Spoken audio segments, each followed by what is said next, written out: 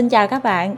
Hôm nay mình xin chia sẻ với các bạn một món ăn gọi là món ruột của hai vợ chồng mình luôn. Đó chính là món ốc xào sa tế. Nghe hấp dẫn chưa? Và ốc này thì mình đã ngâm với nước vo gạo được 2 ngày rồi. Cũng thay 4-5 lần nước rồi đó. Mà ngâm với nước vo gạo ha, là con ốc nó trắng tươi ha. Trời ơi, mơn mởn, mập ú. Rồi, thôi bây giờ mình sẽ bắt đầu chế biến đây. Sẵn tiện thì mình xin giới thiệu sơ sơ cái dĩa rau củ trái cây của mình ha. Thì gồm có là lá chanh nè, 1 trái chanh, tỏi, hành tím, gừng, ớt, sả cây và đặc biệt là có lá quế nữa các bạn. Cái lá này nó làm dậy lên cái mùi thơm rất là quyến rũ, rất là đặc trưng cho cái món ăn của mình. Bên cạnh thì mình còn có thêm 1 trái dừa xiêm nho nhỏ nữa. Cái này không có cũng được hết các bạn. Bây giờ thì mình sẽ làm nước chấm ốc trước. Mình chuẩn bị ở đây là 1 cây sả cây nè, 3 trái ớt, gừng, tỏi, lá chanh với 1 trái chanh. Lá chanh thì mình sẽ cắt thành những sợi mỏng như vậy. Còn tỏi ớt thì mình đem đi băm nhuyễn ha.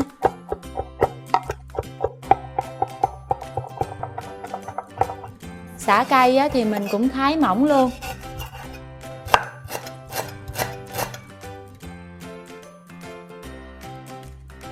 Riêng đối với gừng thì mình thích giã nát hơn các bạn, giã nát ở trong cối chứ không có thích băm ra. Hoặc là gừng mà đem đi mài nhuyễn cũng được, mình cũng khoái cái đó.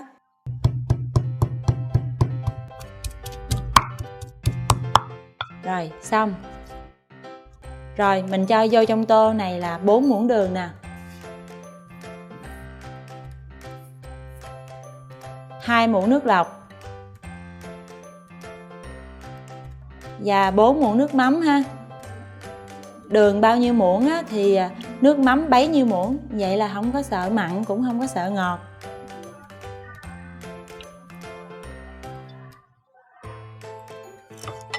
Rồi nước cốt chanh thì khoảng chừng 2 đến 3 muỗng, tùy theo là mình thích ăn chua nhiều hay là ít.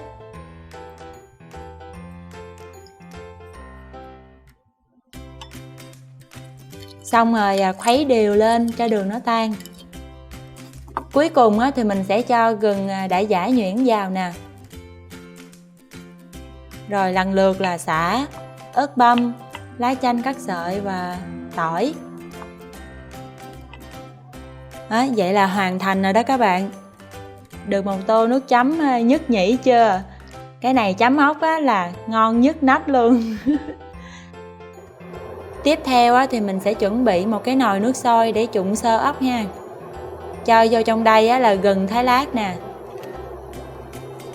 sả cây, rồi lá chanh, đổ hết vô luôn. Sau đó thả ốc vào. Mình để lửa là lớn nha các bạn, cho nước nó sôi bùng lên.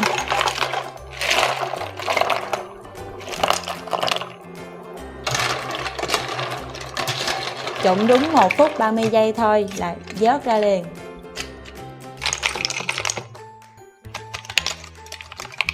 Lúc này mình lấy cái mài ốc ra rất là dễ, nó chóc hết trơn à. Mình gỡ cái mài bỏ đi hết đi, cho nó sạch sẽ đồ.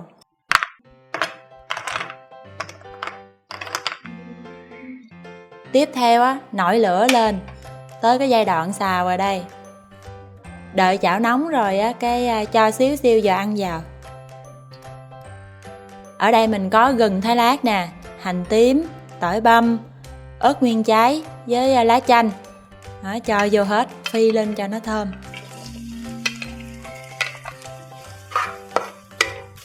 Cái mùi thơm gì đâu mà quá xá nức nở à. Mình sẽ dùng hết 2 cái hũ sa tế tôm này luôn. Cái thể loại này nó không có cay đâu các bạn, cay nhẹ hều à. Được cái là nó lên màu đẹp, mà cay thì không có cay gì hết trơn trọi cho nên các bạn đừng có lo ha. Xong rồi mình cho ốc vào.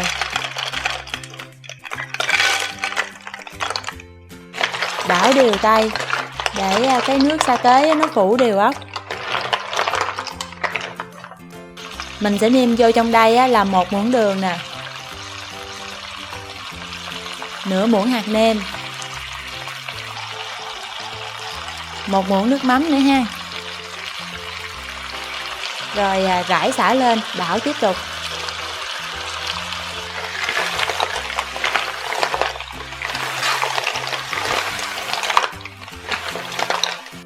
Cuối cùng á, mình cho nước dừa vào để nó ngon ngọt hơn. Không cho nước dừa cũng được các bạn, tự bản thân con ốc á, nó cũng ngon rồi ha. Xong rồi phủ lá quế lên trên nè. Rồi đậy nắp lại và mình sẽ nấu trong vòng 5 đến 7 phút thôi ha các bạn.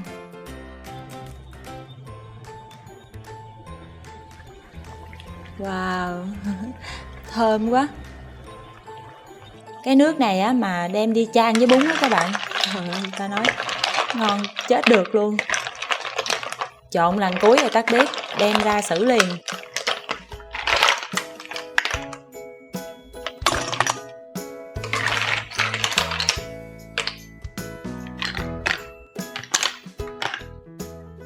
Bây giờ đổ cái nước này lên trên, rồi vừa ăn vừa húp.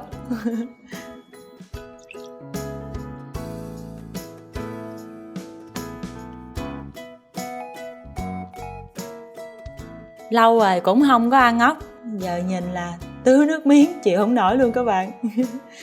Nhìn ngon ghê không? Còn đây là chén nước chấm mắm gừng thần thánh như mọi khi, ăn kèm chung với dưa leo ha. Rồi nhập tiệc.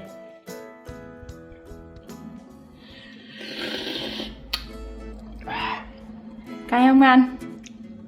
Thè thè. Wow. Hấp dẫn các bạn.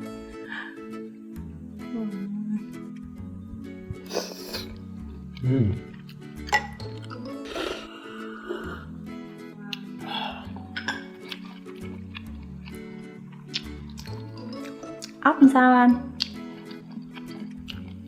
Giòn giòn, sực sực, đã lắm các bạn ơi. Bây giờ tới lượt mình thử nha. Rồi coi nè các bạn, gỡ ra được nguyên con luôn. Con nào con nấy nó mập ú nu ú nằng vậy đó. Nên bỏ cái phần đuôi này đi các bạn.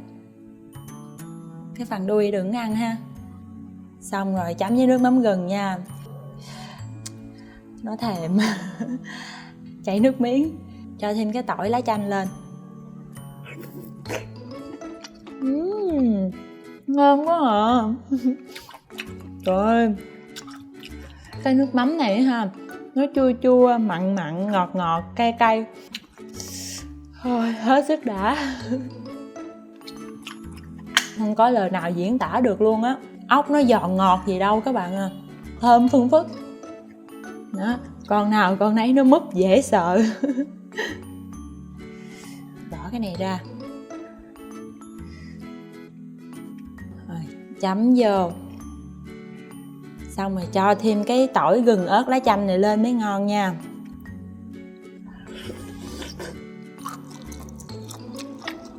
Nó sực sực, giòn ngọt gì đâu luôn á.